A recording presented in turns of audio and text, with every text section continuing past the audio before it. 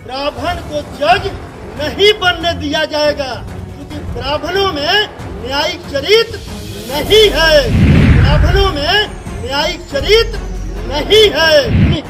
एक काल्पनिक कहानी है, दुर्गा उस कहानी का एक पात्र है। जिन मनुवादी ने ये लिखा कि महिषासुर के करोड़ों करोड़ सेना के साथ माँ दुर्गा ने लड़ाई लड़ा, मुट्ठी भर ब्रिटिश गवर्नमेंट जब भारत को गुलाम बनाया तो माँ दुर्गा ने ब्रिटिश गवर्नमेंट को संहार करने का काम क्यों नहीं किया?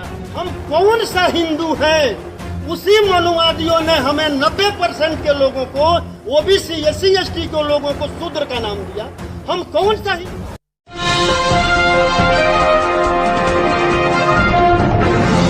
साथियों नमस्कार, मैं हूं नीरज पटेल और आप देख रहे हैं नेशनल जनमत। मनुवादियों के हिसाब से 33 करोड़ देवी देवता हैं। तो जब अंग्रेज भारत को गुलाम बना रहे थे उस समय उनकी मां दुर्गा क्या कर रही थीं? इसका मतलब दुर्गा एक काल्पनिक पात्र है।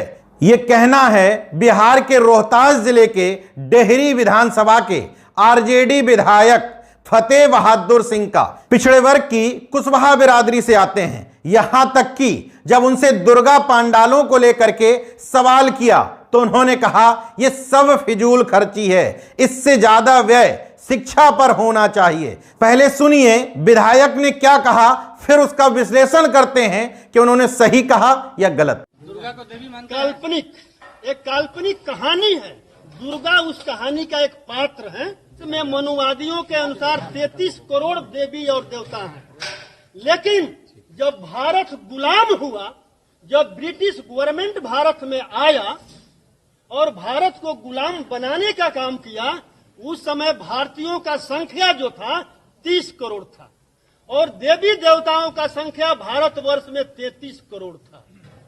तो क्या मैं उन मनुवादियों से पूछना चाहता हूं जिन मनुवादी ने ये लिखा कि महिषासुर के करोड़ों करोड़ सेना के साथ माँ दुर्गा ने लड़ाई लड़ा और महिषासुर को संहार कर दिया, तो मुट्ठी भर ब्रिटिश गवर्नमेंट जब भारत को गुलाम बनाया तो उस समय माँ दुर्गा ने क्या कर रही थी?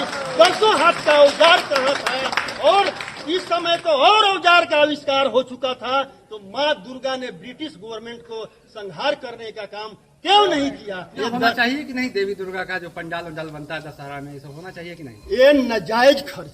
मैं कहता हूं कि हिंदू, हम कौन सा हिंदू है? इन मनुवादियों ने देवताओं को काल्पनिक बनाया, उसी मनुवादियों ने हमें 90% के लोगों को, ओबीसी SC ST के लोगों को शूद्र का नाम दिया। हम कौन सा हिंदू? वही ब्रिटिश गवर्नमेंट ने एक कानून लाया कि ब्राह्मण को जज नहीं बनने दिया जाएगा, क्योंकि ब्राह्मणों में न्यायिक चरित्र नहीं है। ब्राह्मणों में न्यायिक चरित्र नहीं है।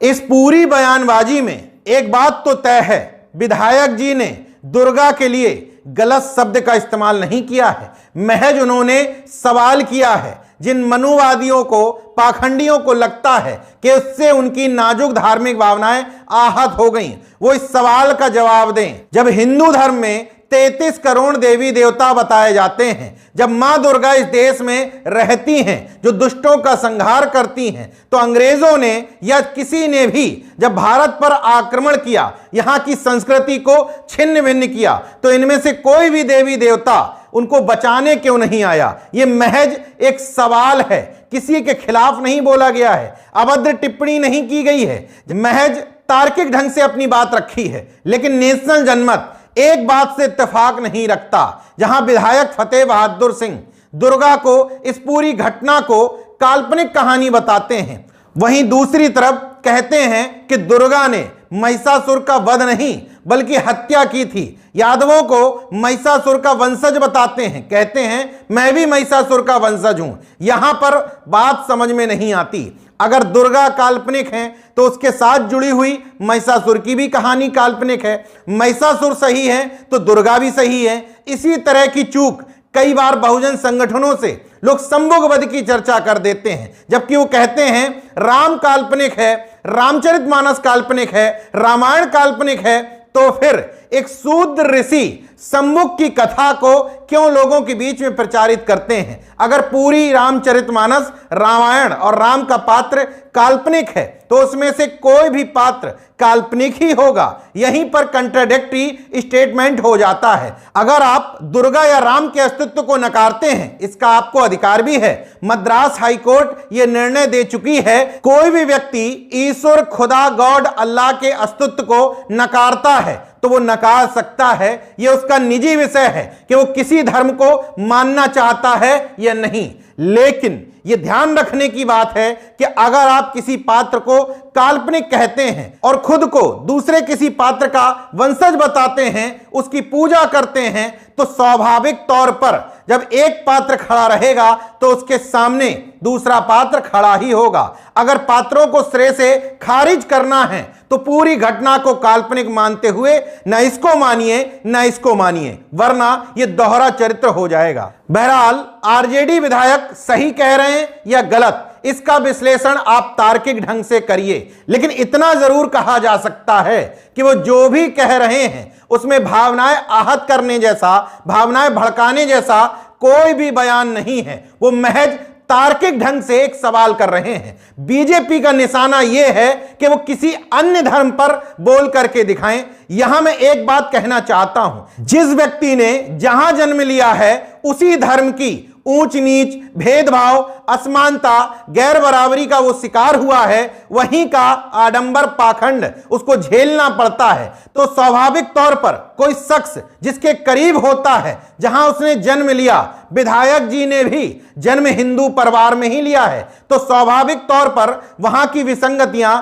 वहां का पाखंड उनको नजदीक से समझ में आ रहा है। इसलिए जिस धर्म में वो जन्म लिए हैं वहां की विसंगतियों और कुरीतियों पर वो बात कर सकते हैं। भारत में आज भी जिनको महापुरुष और समाज सुधारकों की श्रेणी में रखा जाता है, उन्होंने भी धार्मिक विसंगतियों, कुरीतियों, रूढ़ियों, अंधविश्वासी परंपराओं पर समय समय पर प्रहार किए हैं। तो आगे आने वाले समय में जितना अंधविश्वास और पाखंड को सरकारें बढ़ावा देंगी, उनके विरोध में इस तरह से आवाज मुखर होगी ही होगी।